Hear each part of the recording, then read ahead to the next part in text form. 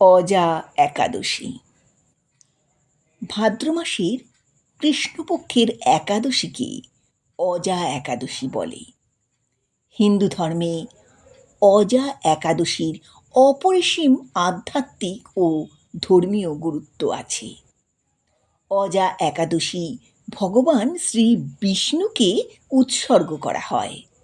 এই দিন ভগবান শ্রী বিষ্ণুর সাথে তাঁর সহধর্মিণী লক্ষ্মী দেবীর উপাসনা করাও শুভ বলে মনে করা হয়। নিষ্ঠা ভরে অজা একাদশীর ব্রত পালন করলে সুখ সম্পদ লাভ হয়, হারানো সম্পদ সম্মান ফিরে পাওয়া যায়, জগতের সকল দুশ্চিন্তা থেকে মুক্তি পেয়ে অবশেষে পরিত্রাণ লাভ হয়। এছাড়াও সকল প্রকার পাপ মোচন হয়ে জীবনে উন্নতি ও শান্তি লাভ হয়। 1431 সালের অজা একাদশী শুরু হবে 12ই ভাদ্র, ইংরাজির 29শে আগস্ট রাত্রি 1:19। অজা একাদশী শেষ হবে 13ই ভাদ্র, ইংরাজির 30শে আগস্ট রাত্রি 1:38। উদয় তিথি অনুসারে অজা একাদশী 29শে আগস্ট 2024 তারিখে পালিত হবে। অজা একাদশী পালনের সময় 13ই ভাদ্র বা 30শে আগস্ট সকাল 7:48 থেকে 8:31 পর্যন্ত। হরিভাষার শেষ সময় 7:49। অজা একাদশী হল আধ্যাত্মিক পর্যবেক্ষণ, ভক্তি এবং মন, শরীর এবং আত্মা পরিষ্কার করার জন্যে একটি বিশেষ দিন। ভক্তরা ব্রত পালন করে ভগবান শ্রী বিষ্ণুর কাছে আশীর্বাদ প্রার্থনা করে। ভগবান শ্রী বিষ্ণুর আশীর্বাদে ভক্তরা মোক্ষ লাভ করে। চক্রবর্তী রাজা হরিশ্চন্দ্র ছিলেন সত্যবাদী ও ন্যায়নিষ্ঠ রাজা। একবার ঋষি বিশ্বামিত্র হরিশ্চন্দ্রের সততা পরীক্ষার জন্যে তাঁর কাছে এসে তাঁর রাজ্য এবং সমস্ত সম্পদ দান হিসাবে চেয়েছিলেন।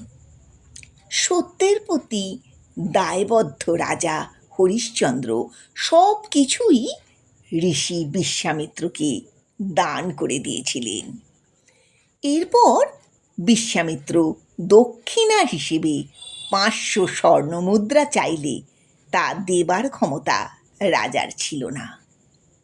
তখন তিনি তাঁর স্ত্রী পুত্রকে বিক্রি করে দেন এবং নিজে শ্মশানে এক চণ্ডালের কাছে চাকরি নিয়েছিলেন। খুবই কষ্টে তাদের দিন কাটছিল। একদিন ফুল তুলতে গিয়ে সাপের কামড়ে রাজার ছেলে রোহিতাস্যের মৃত্যু হয়। রাজা স্ত্রী শৈবা সন্তানকে দাহ করার জন্যে শ্মশানে নিয়ে আসে। শ্মশানে ডোম হিসেবে কর্মরত রাজা হরিশ্চন্দ্র তাঁর স্ত্রীর কাছ থেকে দাহ করার জন্য মূল্য দাবি করেন। হরিশ্চন্দ্রের স্ত্রীর কাছে কোনো অর্থ না থাকায় তিনি তাঁর শাড়ি ছিঁড়ে পারিশ্রমিক দিয়েছিলেন। দুর্যোগপূর্ণ সেই দিনে বিদ্যুতের আলোয় রাজা হরিশ্চন্দ্র এবং রানী শৈবা পরস্পরকে দেখে কান্নায় ভেঙে পড়েন। সেই সময় গৌতম মুনি সেখানে উপস্থিত হন। তিনি রাজাকে নিষ্ঠা ভরে ভাদ্র মাসের কৃষ্ণপক্ষের অজা একাদশীর ব্রত পালন করতে বলেন। রাজা হরিশ্চন্দ্র নিষ্ঠা ভরে অজা একাদশীর ব্রত পালন করেন। তখন বিশ্বামিত্র মুনি সেখানে উপস্থিত হয়ে রাজা হরিশ্চন্দ্রকে তাঁর রাজ্য ও সমস্ত ধন সম্পদ ফিরিয়ে দেন। অজা একাদশীর ব্রত প্রভাবে ভগবান শ্রী বিষ্ণুর আশীর্বাদে রাজার পুত্র রোহিতাশ্ব জীবন ফিরে পায়। দেবতারা আকাশ থেকে পুষ্পবৃষ্টি করেছিলেন। এরপর রাজা হরিশ্চন্দ্র বহুদিন নিষ্কণ্টক রাজ্য সুখ লাভ করেছিলেন।